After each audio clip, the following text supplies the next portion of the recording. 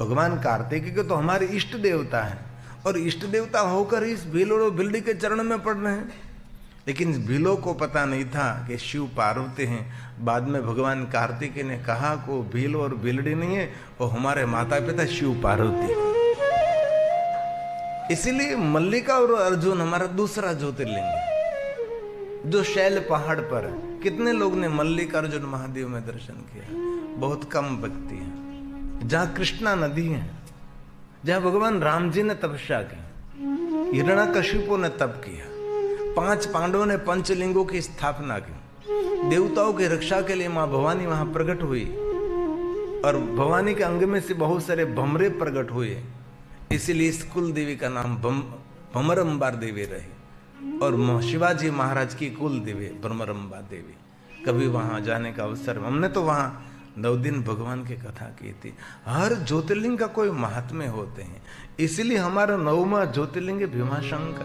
तो हमारी गुजराती आरती की पंक्ति के अनुसार शिवपुराण ग्रंथ में क्रम अलग है, इसलिए उसके पास से क्या मांगा? धन संपत्ति वैभव नहीं, परंतु नवमा भीमा शंकर भक्ति अविचल आपो, शिव भक्ति अविचल आपो, दशमा शिव रामेश्वर, दशमा शिव रामेश्वर। ये भगवान रामेश्वर है, ये ज्योतिर्लिंग रामेश्वर है। ये ओरिजिनल शिवलिंग का फोटो है, जो कि वहां मंदिर बहुत अंदर है, वहां अंदर लाइट नहीं रहती, इसलिए हम रामेश्वर जाते हैं लेकिन शिवलिंग का दर्शन स्पष्ट नहीं होता, इसीलिए हमने वहां से फोटो ले ली। ऐसी फोटो बाजार में कहीं नहीं मिलती। हमने पहली बार ये टीवी के माध्यम से इस फोटो को प्रस्तुत किया। हमने वहां अभी तक से 1, 2, 3 शिव महापण कथक गायन किया, और 2028 में रामेश्वर में कथा है। जिसने भीमाशंकर में कथा की 2027 में कथा है, तो आप कभी भी आ सकते कोई भी ज्योतिर्लिंग कथा में। और ये कथा का आयोजक हमारे उमेश भाई नंदा है, जिन्होंने भीमाशंकर में कथा कराई। भीमाशंकर की कथा पूर्ण हुई, इससे पहले उसने सोमनाथ महादेव की कथा का मुहूर्त लिया, और सोमनाथ महादेव की कथा पूरी नहीं हुई, इससे पहले उसने काशी विश्वनाथ महादेव ज्योतिर्लिंग की कथा का मुहूर्त लिया, और काशी विश्वनाथ महादेव की कथा पूरी नहीं हुई, इससे पहले उसने ज्योतिर्लिंग रामेश्वर महादेव की कथा का मुहूर्त लिया। ऐसे भारत देश में लोग एक एक व्यक्ति बहुत सारी कथा करा सकते हैं, और वहाँ भारत में ऐसी कथा नहीं होती, यहाँ जैसी कथा नहीं होती। भारत का माहौल अलग रहता है, वहाँ की व्यवस्था अलग रहती है। यहाँ का कोई भारत में कथा नहीं करा सकता, बहुत कठिन है वहाँ कथा कराना। तो 10वां भगवान रामेश्वर है। दशमा शिव रामेश्वर, दशमा शिव रामेश्वर, सेतु बंध स्थाप्या, ओम हर हर हर महादेव, ओम हर हर हर महादेव। तो सबको भगवान महादेव की भक्ति नहीं मिलती। अनंत जन्म में जिन्होंने अघोर तपस्या की है उनको शिव की भक्ति मिलती। आपको जो महादेव की भक्ति मिले तो समझ लेना चाहिए आपका जीवन बहुत भाग्यवान है। और देवताओं ने महादेव जी को कहा कि महादेव जी, हमारे भक्तों पर हम कृपा करते, लेकिन आपके भक्तों पर अमृत की बारिश करते। शिवेति नाम पीयूष वर्षा था। पीयूष का अर्थ वो अमृत। हमारे भक्त तो हमारे लिए कृपा है, हम कृपा करते उन पर, लेकिन आपके जितने भक्त हैं उस पर अमृत की बारिश करते हैं। और हमारे भक्त हम लोगों को प्रिय है, लेकिन आपके भक्त हैं हमारे लिए प्रणम्य है। आपके भक्तों को हम वंदन करते हैं। इन देवताओं ने महादेव जी को कहा है, इसलिए आपको किसी को जो अनंत महादेव की भक्ति मिली है तो समझ लेना चाहिए इस धरती पर आपसे बड़ा कोई भाग्यवान नहीं। धन संपत्ति वैभव तो पुरुषार्थ का फल है, लेकिन भगवान महादेव की भक्ति मिलना वो भगवान की कृपा का फल है। इसलिए भगवान व्यास बोले अनंत जन्म घोरम। मैं आपको कोई कल्पित बात नहीं सुनाता। और कभी अवसर मिले, अभी पवित्र श्रावण मास आ रहा है, 1 महीने में पवित्र पुरुष भगवान शिव महापड़ ग्रंथ का पारण कर लीजिए। शिव जी के प्रति कोई भी प्रश्न होगा, लगभग शिव महापड़ ग्रंथ में इस प्रश्नों का निवारण हो जाए। 1 महीने तक का व्रत करें, 1 महीने तक 1 घंटे सुबह में, 1 घंटे शाम को, 1 महीने तक का व्रत करें और संपूर्ण शिव महापड़ ग्रंथ का पारण करें। सजीवन मुक्त उच्चते, सप्त संहिता मादरात, 7 संहिता के साथ जो एक बार शिव महापड़ ग्रंथ का पारण करता है वो मनुष्य जीवित है, तो भी उसको मुक्त समझना चाहिए। मुक्ति के लिए कोई साधना उपासना वो करे ना करे कोई जरूरी नहीं है। इसलिए आपको जो भगवान महादेव की भक्ति मिले तो आप प्रणम्य है। प्रणम्य मतलब वंदनीय है, दर्शनीय है, ऐसी महिमा है। सबको भगवान महादेव की भक्ति नहीं मिलती। बहुत कम लोगों के हृदय में शिव जी की भक्ति का दीप ज्योति प्रकट होती है। इसलिए भगवान ने कहा है अनंत जन्म घोरम यदि तप्तं तपस्तदा त्वयि भक्तिर् महादेव भविता ह्यन पायिनी। सुंदर बात है। भविता ह्यन पायिनी। और एक बात मैं हृदय से आप सभी को कहना चाहता हूँ, कोई भी अन्य देवताओं के बारे में आपको लालची बनाए और महादेव की भक्ति छोड़नी नहीं। भले अन्य देवताओं की उपासना करो, सर्व देवताओं श्रेष्ठ हैं, सर्व देवताओं की महिमा है, लेकिन महादेव जैसी महिमा किसी की नहीं है। महादेव की तुलना करने वाला कोई नहीं, बराबरी करने वाला कोई नहीं है।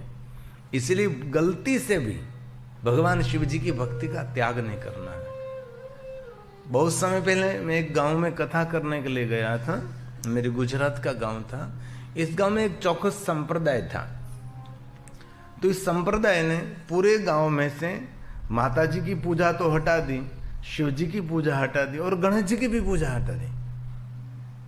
मैं गांव में पधरामणी के लिए निकला, घर घर, तो एक घर में देखा मैंने तो कोई भगवान नहीं, गणेश नहीं, माता जी नहीं, शंकर भगवान नहीं। तो मैं कहीं बोला नहीं, क्योंकि गांव था, छोटा सा गांव था, 35 घर का। दूसरे तीसरे चौथे पांचवें मैंने कहा किसी के घर में गणेश भी नहीं, शिव जी तो नहीं, माता जी तो नहीं, लेकिन गणेश भी नहीं। तो इस गांव के सरपंच ने कहा कि मेरे गांव में ये चौकस एक संप्रदाय, नाम नहीं दे सकता मैं यहाँ से, चूंकि ठीक नहीं लगता किसी की बुराई करना। बुराई नहीं कर रहा हूँ मैं, सत्य हकीकत बात कर रहा हूँ। बाद में हमने शाम को गांव की एक मीटिंग बुलाई और सबको हमने कहा कि भले शिव जी की पूजा ना करो, लेकिन गणेश के बिना तो चलता ही नहीं। आपके बेटे का विवाह हुआ, आपकी बेटी का विवाह होगा, तब किसकी पूजा करेंगे? बेटे के विवाह में तो पहले गणेश की ही पूजा करने के। अरे हमारे गुजराती में लग्न गीत गाते हैं तो पहले तो गणेश का ही लग्न गीत गाते हैं। जो गुजराती भाई बहन यहाँ हो गए उसको पता है। प्रथम श्री गणेश रे साड़ो रे मारा गणेश दूनाड़ा, गणेश दूनाड़ा ने मोटी फांदाड़ा। प्रथम श्री गणेश बेसाड़ो रे मारा गणेश दूनाड़ा।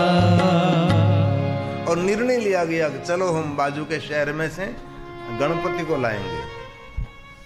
35 घर थे, 35 घर में हमने एक एक गणेश भगवान को बिठाया और गांव का जो मुखिया था उसको मैं कहकर आया, इस आपका कोई धर्मगुरु आया यहाँ आकर कहे कि गणेश जी को हटाओ, तो पहले धर्मगुरु के साथ मुझे बात कराना, बाद में गणेश जी को हटाना।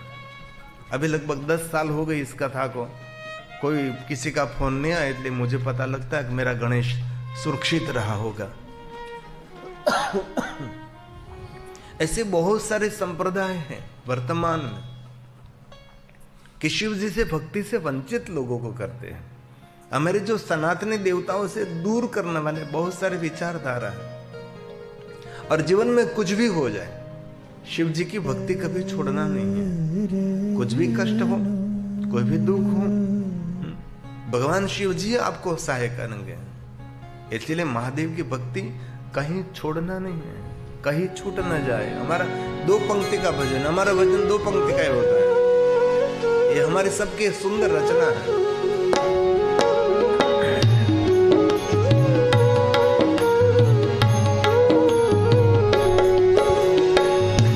महादेव मुझको देना सहारा, महादेव मुझको देना सहारा, कहीं छूट न जाए नाम तुम्हारा, कहीं छूट न जाए नाम तुम्हारा।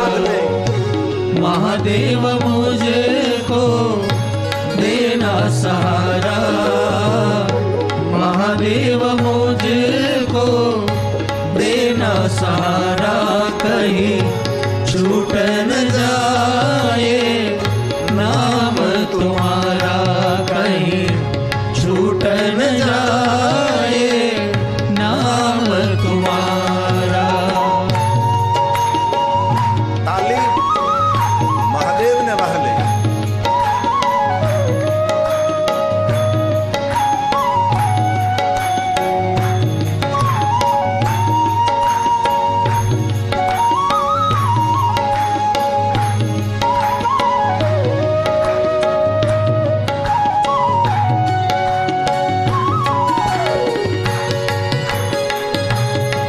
ताली से आरोग्य मिलता है, ताली से प्रसन्नता मिलती है।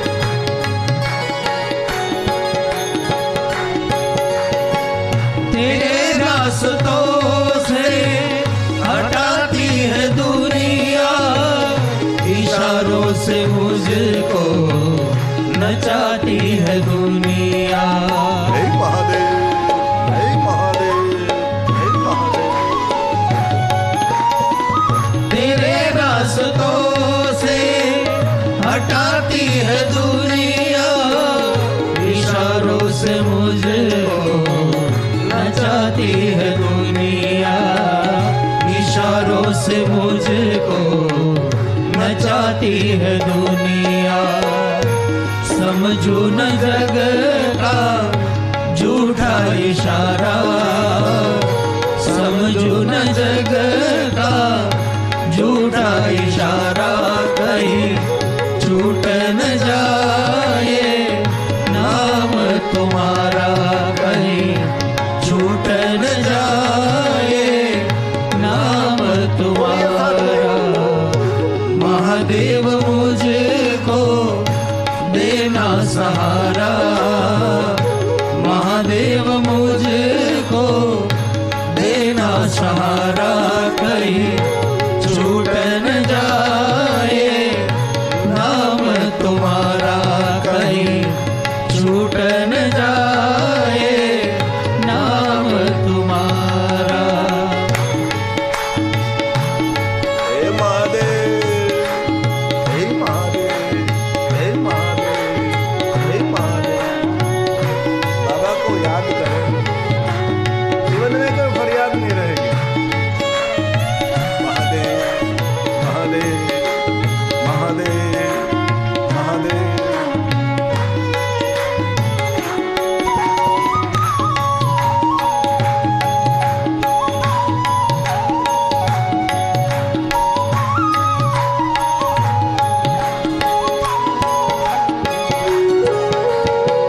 सुबह शाम तुझको भजता रहूं मैं, तेरे प्रेम के गीत गाता रहूं मैं। महादेव, महादेव, महादेव। सुबह शाम तुझको भजता रहूं मैं,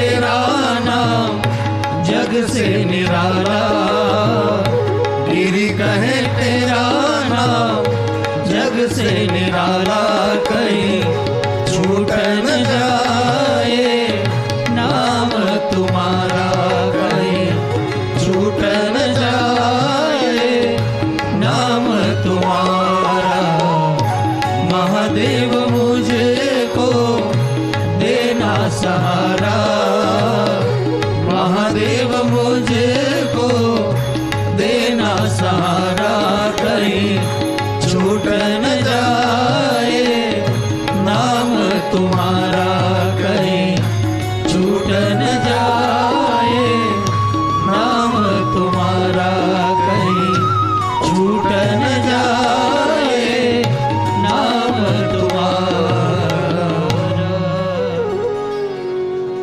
एक बात मुझे बहुत अच्छी लगी, कल हमने मानस पूजा में केले की महिमा गाई थी, आज बहुत सारे केले भगवान के आगे आ गए। कल हमने कहा था कि महादेव को फलों में रंभा फल महादेव को अर्पण करना चाहिए, कदली फल महादेव को चढ़ाना चाहिए। आज कितने बड़े कदली फल आए, बहुत अच्छी बात है। आप सुनकर अनुसरण करते हैं, बड़ी बात है। तो आइए हम महादेव की कथा का प्रारंभ करें। आज हम शिव महापुराण अंतर्गत रुद्र संहिता का दूसरा भाग, जिनको हम सती खंड कहते हैं। रुद्र संहिता का पहला जो खंड है उसका नाम सृष्टि खंड है, सुंदर है। लेकिन भगवान शिव और सती की विवाह की कथा सती खंड में है, और पार्वती खंड में शिव पार्वती के विवाह की कथा है। कुमार खंड में भगवान कार्तिकेय गणेश जी की कथा है।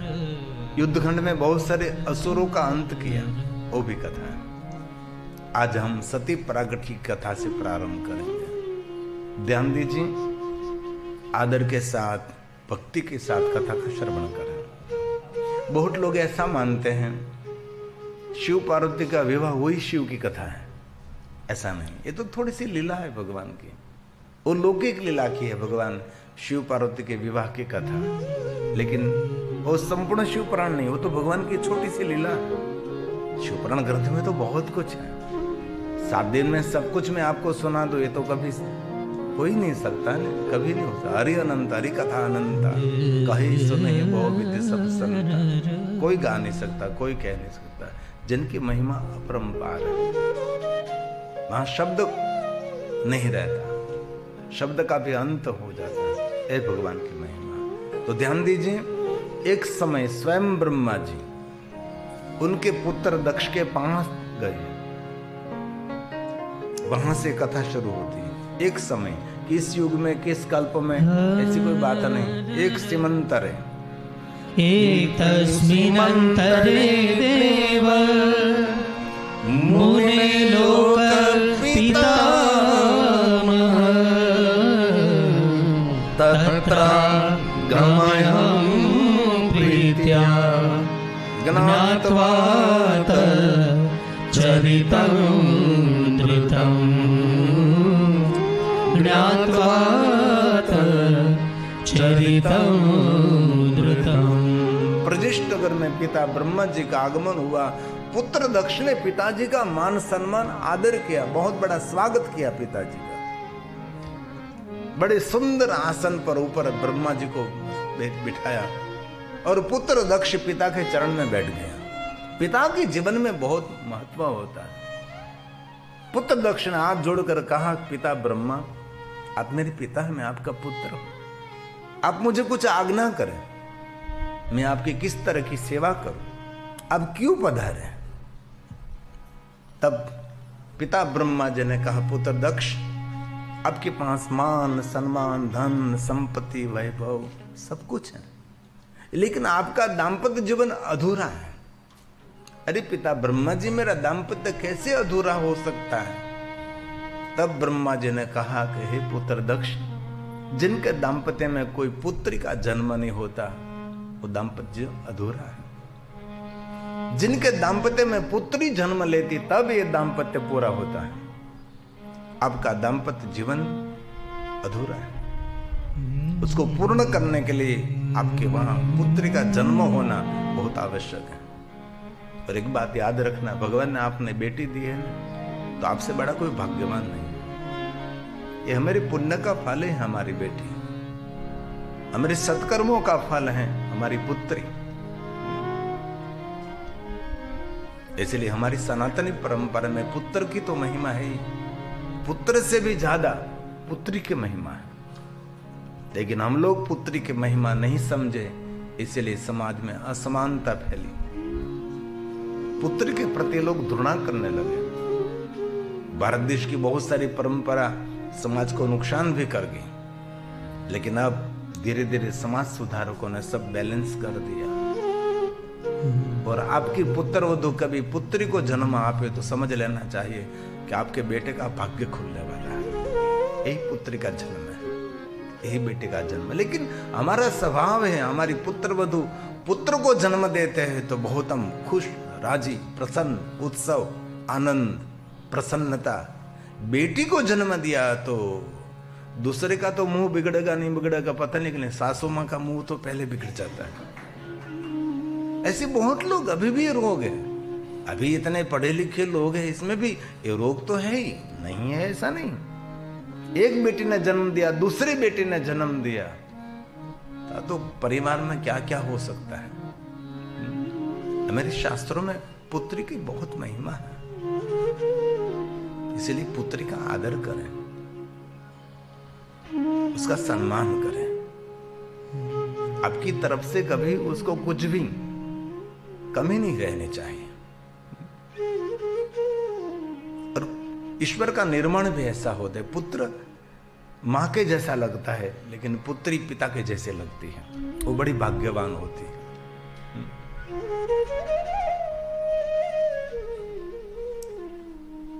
इसलिए पिता ब्रह्मा जी ने कहा कि दक्ष महाराज, दाम्पत्य जीवन को दिव्य बनाने के लिए आप पुत्री के लिए तपस्या करें। और आपकी पुत्री सामान्य नहीं होनी चाहिए, आपकी पुत्री जगत मालकिन भवानी आपकी पुत्री बनकर आपके नगर को पावन करे, आपके गृह को पावन करे, दाम्पत्य जीवन को धन्य करे। मां जगदंबा स्वयं मेरी पुत्री कैसे बन सकती है? उनके लिए आपको तप करना पड़ेगा। दक्ष, ब्रह्मा जी ने पुत्र दक्ष को आज्ञा दी कि आप जगदंबा आद्य शक्ति भवानी का आराधन करो और माता भवानी को प्रसन्न करो। और मां जब आपको दर्शन दे तब आपको माता भवानी के पास से मांगना है कि मां मेरी पुत्री बनकर मेरे दाम्पत्य जीवन को पूर्ण करे, मेरे दाम्पत्य जीवन को धन्य करे।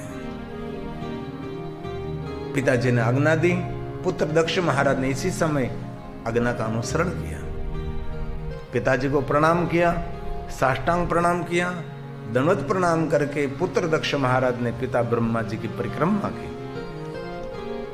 और ब्रह्मा जी पुत्र दक्ष को आशीर्वाद देकर ब्रह्मलोक में प्रस्थान कर गए। दक्ष महाराज ने वीरणी को कहा कि वीरणी, मैं घनघोर जंगल में तपस्या करने के लिए जा रहा हूं। वीरणी ने पूछा कि तप का कोई हेतु, कोई प्रयोजन? दक्ष महाराज ने बताया कि पुत्री के लिए तपस्या करूंगा मैं। पुत्री के लिए? पिता ब्रह्मा जी ने कहा है, हमारे पास सब कुछ है लेकिन हमारे दाम्पत्य जीवन में कोई बेटी का जन्म नहीं हुआ है, इसलिए मैं जा रहा हूं। वीरणी ने बहुत प्रसन्नता व्यक्त की कि बहुत समय से मेरे मन में इच्छा थी कि सब कुछ है लेकिन पुत्री नहीं है। मेरे मन की बात आपके मुख से निकली, धन्य है दक्ष महाराज। बेटी जन्म के लिए आप तपस्या करेंगे। नगर में सभी सज्जन लोग, श्रेष्ठी लोग थे, सबको मालूम हुआ कि दक्ष महाराज बेटी के लिए तपस्या करेंगे, पुत्र के लिए नहीं, पुत्री के लिए तपस्या करेंगे। बेटा पुण्य का फल है लेकिन पुत्री महापुण्य का फल है। सबको पुत्री नहीं मिलती, बहुत कम लोग हैं जिनको बेटी मिलती है। ये बाप बड़ा भाग्यवान रहता है। नगर में श्रेष्ठ लोग थे, सब कहने लगे दक्ष महाराज, हमारी ओर से बहुत बहुत हम धन्यता का अनुभव करते हैं। क्या आप पुत्री के लिए तपस्या करेंगे?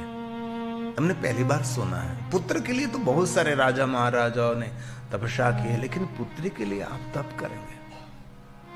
पिता ब्रह्मा जी ने कहा है। आज दक्ष महाराज बेटी के लिए घनघोर जंगल में तपस्या करने के लिए गए, माता जगदम्बा का आराधन करने के लिए, मां भवानी को प्रसन्न करने के लिए। और कठिन तप किया, और तपस्या के फलस्वरूप माता भवानी ने सुंदर दर्शन भी दिया। और दक्ष महाराज ने जगदम्बा की सुंदर स्तुति का गायन किया है। बहुत लंबी स्तुति है, लेकिन 2 पंक्ति हम बोलेंगे। जो दक्ष महाराज ने जगदम्बा की स्तुति का गायन किया है। महेशानी नमस्तुभ्यं। कितनी सुंदर बात, क्योंकि जितने महादेव जी के नाम है इतने ही महादेवी के नाम भी है। महेश तो महेशानी, शंकर तो शंकरी, काल तो काली, महाकाल तो महाकाली, सनातन तो सनातनी, शंकर तो शंकरी, महादेव महादेवी, महेश तो महेश्वरी। जितने शिव जी का नाम है, इसलिए कभी अवसर मिले न तो नवरात्रि के दिनों में माता जगदम्बा के सहस्त्र नामों का पाठ करना चाहिए। सभी के सहस्त्र नाम है, देवी के भी सहस्त्र नाम है, और शिव जी से मिलते जुलते नाम है। पिनाक तो पिनाकिनी, एक एक नाम मिलते जुलते हैं, क्योंकि हमारी सृष्टि शिव और शक्ति की सृष्टि है। हमारी आराधना भी शिव और शक्ति के हैं। अकेले शिव की उपासना नहीं, साथ में शक्ति की भी उपासना। शिवलिंग और पीठ क्या है? शिव शक्ति का तो प्रतीक है। शिवलिंग ये शिव का स्वरूप है, पीठ वो माता जगदम्बा का प्रतीक है। शिवलिंग क्या है? आकाशम मिथ्याहु पृथ्वी तस्, आकाश का प्रतीक है शिवलिंग है, और पृथ्वी का प्रतीक है पीठ है। आकाश हमारे पिता है, धरती हमारी मां है, हम सबको माता पृथ्वी धारण करती है। इसीलिए पृथ्वी के प्रतीक स्वरूप हम पीठ की पूजा करते हैं, आकाश के प्रतीक स्वरूप हम शिवलिंग की पूजा करते हैं। आकाश पिता, धरती ही माता। आकाशमलिंग मिथ्याहु पृथ्वी तस्य पीठिका आलयम सर्वदेवानां तस्मालिंगम उच्यते। इसलिए शिवलिंग और पीठ की पूजा कोई सामान्य पूजा नहीं, ये तो आप लोगों ने यहाँ कोने में बैठा दिया, बाकी उसकी महिमा अनंत है, अनंत महिमा। हमारे भारत में इतने सुंदर सुंदर शिवालय हैं। एक शिवालय की यंत्र है, शिवालय का मंत्र है। शिवालय की रचना ऐसी होती है, कोई भी शिवालय में प्रवेश करे तो उसको मन एकाग्र करना नहीं पड़ता, इस शिवालय में आते ही उसका मन एकाग्र हो जाता है। ऐसे शिवालय होते हैं। कभी आपको अवसर मिले तो दक्षिण भारत की यात्रा करना। दक्षिण भारत में एक एक शिवालय 35 एकड़, 20 एकड़, 25 एकड़, हमारा रामेश्वर 15 एकड़ में है। इतना बड़ा भव्य, तब पहले तो टेक्नोलॉजी भी नहीं थी, करेंट भी नहीं थी। तंजावर का जो शिवालय है 35 एकड़ में, अभी वर्तमान युग में ऐसा शिवालय कोई बना भी नहीं सकता। इतने बड़े बड़े भव्यातीत भव्य शिवालय अभी भी, क्योंकि उत्तर भारत में नहीं रहे, क्योंकि मुगलों ने सब समाप्त कर दिया। गुजरात, राजस्थान तक 65 भारत मुगलों के अंडर में आ गया था।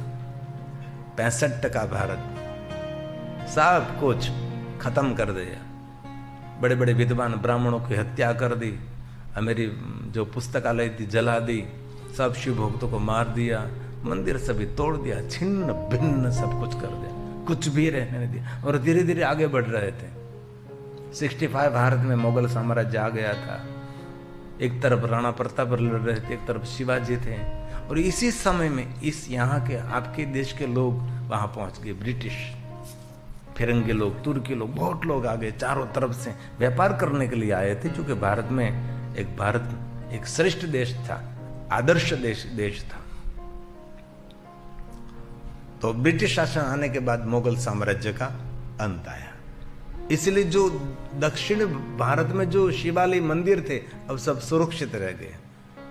उत्तर भारत में कोई सुरक्षित नहीं रहा। सोमनाथ से लेकर सब कुछ धराशायी हो गया था। लेकिन इस ब्रिटिशरों ने लूटा भारत, लेकिन हमारा मंदिर सुरक्षित रहा, क्योंकि उसको धर्म में कोई रुचि नहीं थी। किसी को धर्म परिवर्तन कराने में ब्रिटिशरों को रुचि नहीं थी, उसको तो धन संपत्ति में रुचि, क्योंकि इस देश में कुछ था नहीं, कोई सुविधा, कोई व्यवस्था इस देश में कुछ भी नहीं था। इसीलिए जरूरियात की माता संशोधन, इसलिए शोध के लिए निकले। कोई इस तरफ गए तो उसको अमेरिका पहुंच गए, तो अमेरिका ने लोगों को रेड इंडियन नाम दिया। कोलंबस हम गए थे कथा करने, कोलंबस अमेरिका पहुंच गया, मरा वहां तक उसको ऐसा रहा कि यही इंडिया है, यही भारत है।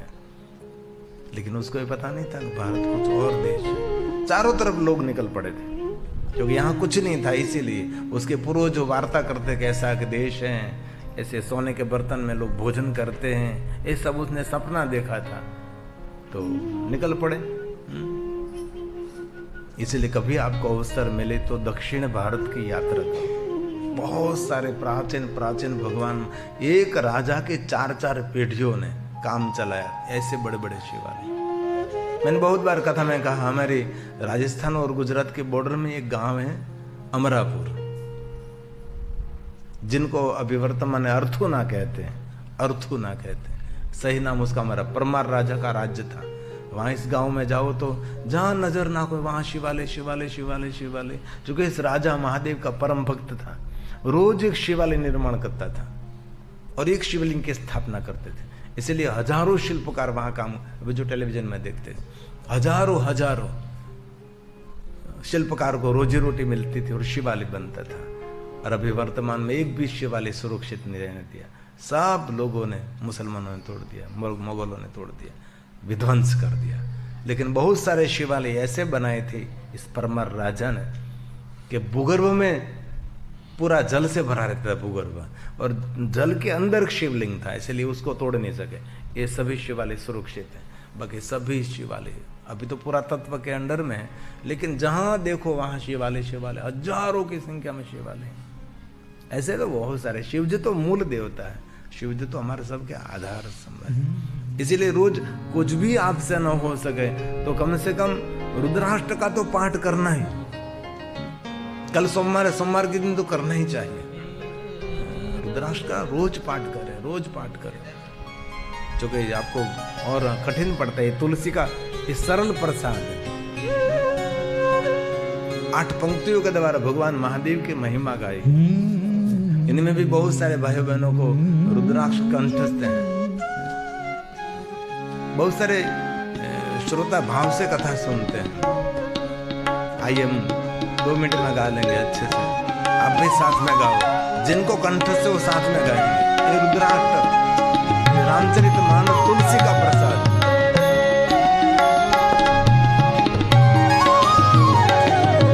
नमामि शमीशान निर्वाण रूपं विभुव्यापकं ब्रह्मवेद स्वरूपं निजं निर्गुणं निर्विकल्पं निरीहं चिदाकाशमाकाश वासं भजेऽहं निराकार ओंकार मूलं तुरीयं गिराज्ञान गोतीत्रमीशं गिरीशं करालं महाकाल कालं कृपालं गुणागार संसार पारं नतोऽहं गुणागार संसार पारं नतोऽहं। भगवान महादेव के सन्मुख गाए, नित्य पाठ करो, नित्य पाठ करो, कोई वस्तु की कमी नहीं रहेगी। ये महाकाल का प्रसाद है, रुद्राष्टक। तुषाराद्रि शंकाश गौरम गंभीरम मनोभूत कोटि प्रभा श्री शरीरम स्फुरन्मौलि कल्लोलिनी चारु गंगा वसत्पाल बालेन्दु कंठे भुजंगम चलत्कुण्डलं शुभ्रनेत्रं विशालं प्रसन्नाननं नीलकण्ठं दयालं मृगाधीश चर्माम्बरं रुण्डमालं प्रियं शङ्करं सर्वनाथं भजामि प्रियं शङ्करं सर्वनाथं भजामि।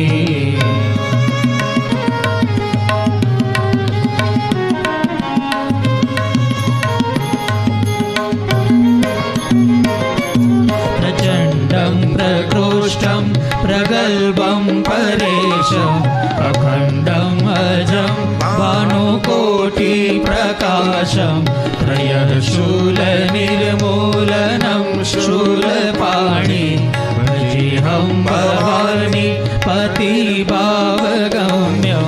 कलातीतकल्याणकल्पान्तकारी सदा सज्जनानन्ददाता पुरारी चिदानन्द सन्दोह मोहापहारी प्रसीद प्रसीद प्रभो मन्मथारी प्रसीद प्रसीद प्रभो मन्मथारी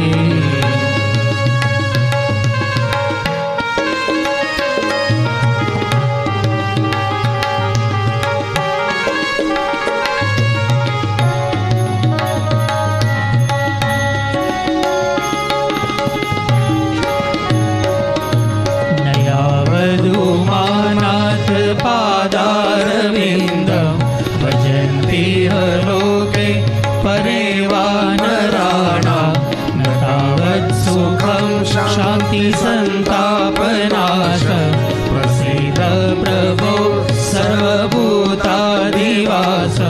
न जानामि योगं जपं नैव पूजा न तोऽहं सदा सर्वदा शम्भुतुभ्यं जरा जन्म दुःखो तथा तप्यमानं प्रभो पाहियापन्न मामीश शम्भो प्रभो पाहियापन्न मामीश शम्भो रुद्राष्टकमितं प्रोक्तं विप्रेण ये पठन्ति नरा भक्त्या तेषां शम्भो प्रसीदति इति श्री गोस्वामी तुलसीदास कृतं श्री रुद्राष्टकं सम्पूर्णम्।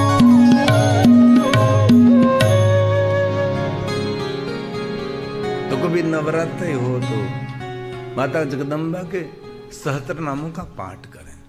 श्रावण मास है तो शिव सहस्त्र नाम का पाठ करें, शिव महापड़ ग्रंथ का पारण करें, रुद्राष्टक बोले, लिंगाष्टक बोले, शिवाष्टक बोले। ऐसे बहुत सारे भगवान शिव जी के स्तुति हैं, बहुत सारे स्तुति। मुखपाठ ऐसे ही हो जाएगी। रोज रोज रोज रोज पाठ करते रहो तो धीरे धीरे बोलते बोलते बोलते कंठस्थ हो जाएगा। आज दक्ष